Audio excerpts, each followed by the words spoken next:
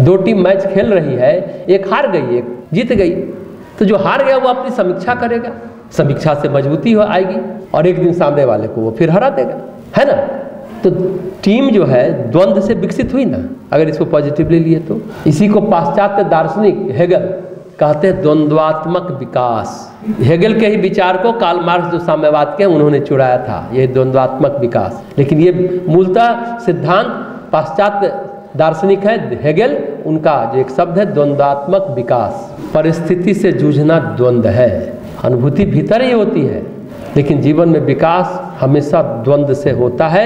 ये बात हेगल कह रहे हैं। भ्रम अलग है, कन्फ्यूजन अलग है, उसी तरह संशय अलग है, जिस पर अभी अविश्वास अविश्वास की बात कर रहे हैं, और द्वंद्व अलग है। अविश्वास संशय द्वंद्व नहीं है, ये भी आपके माइंड में स्पष्ट क्लियर होना चाहिए। संशय मतलब जैसा हमने कहा शंका, द्वंद्व मतलब टकराहट, भ्रम का मतलब चीज़ों को आप सही सही नहीं समझ पा रहे, वही तो भ्रांति है ना, वही भ्रम है।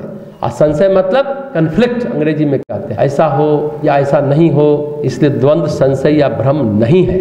जैसे अब क्रिकेट का मैच चल रहा है, सब लोग ये भाषा समझ जाएंगे। अब लास्ट बॉल है, 4 रन बनाना है जीतने के लिए, 6 रन बना लिए तो जीत गए। 4 रन बनाते तो भी जीत जाते ना, लेकिन अगर 1 ही रन बना या 2 ही रन बना या 3 ही रन बना तो हार गए। अब दोनों टीम उस परिस्थिति में प्राणपण से लगी हुई है, जूझ रही है। ये जूझना जो है यही द्वंद्व है। द्वंद्व का मतलब समझिए, और इसी द्वंद्व से विकास होता है। जो जीत गई उसने अपनी क्षमता प्रामाणिकता को विकसित कर लिया, प्रामाणिकता दिखा दी। जो हार गई समीक्षा कर विकास के रास्ते पर तब आगे बढ़ेगी। द्वंद्व न हो, समझ न हो तो विकास होगा क्या? आप समझ में आ गया द्वंद्व? द्वंद्व न हो, समझ न हो तो विकास नहीं होगा। अब प्रश्न लाख टके का है, हम कैसे सुधरें परिस्थितियों की चोट से, या अपनी कमियों को रियलाइज करें। अपनी कमियों का प्रतिदिन समीक्षा करिए कि कहाँ हम गड़बड़ाए, क्यों आज हमसे गलती हुई, सुबह उठना था क्यों नहीं सुबह उठ पाए, इतने बजे ये काम क्यों नहीं कर पाए। प्रतिदिन आत्म समीक्षा करिए। और परिस्थिति की चोट लगी, हाँ मेरे साथ ऐसा हो गया, नहीं, चोट लगी, परिस्थिति की चोट जो घटनाक्रम घटित होता है आपके मन के विपरीत होता है, आपका पूर्व जन्म का कर्म है, ये सोचिए।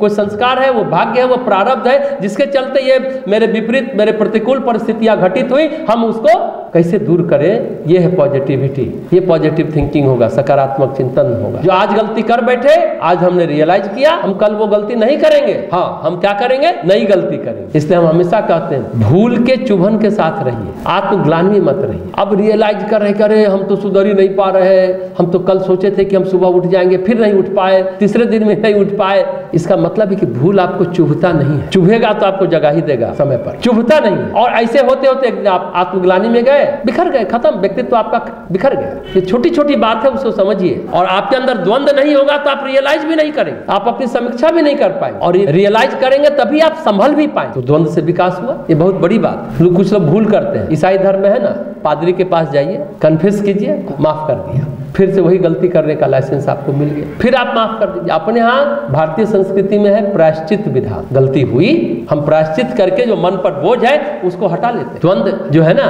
यही इसी बीच में अगर आप रियलाइज करते हैं तो वो बोझ से हल्का होंगे, आप निराश नहीं होंगे, डिप्रेशन में नहीं जाएंगे, मनोरोग आपको नहीं हो। बहुत बच्चे भी बैठे हैं, गणित के सवाल से आपका सामना होता है, आप जूझते हैं ना, जूझते हैं तो हल हो जाता है ना, ऐसे आपका दिमाग तेज होता है ना। यही है विकास, द्वंद्वात्मक विकास की बात करें, यही विकास है। हर परिस्थिति और हर मनस्थिति में द्वंद्व होता है, हर जगह आदमी को जूझना पड़ता है, छोटी छोटी चीजों के लिए भी जूझना पड़ता है। इसलिए कभी आप अपने को ये मत सोचिए करे हमसे नहीं हो रहा है।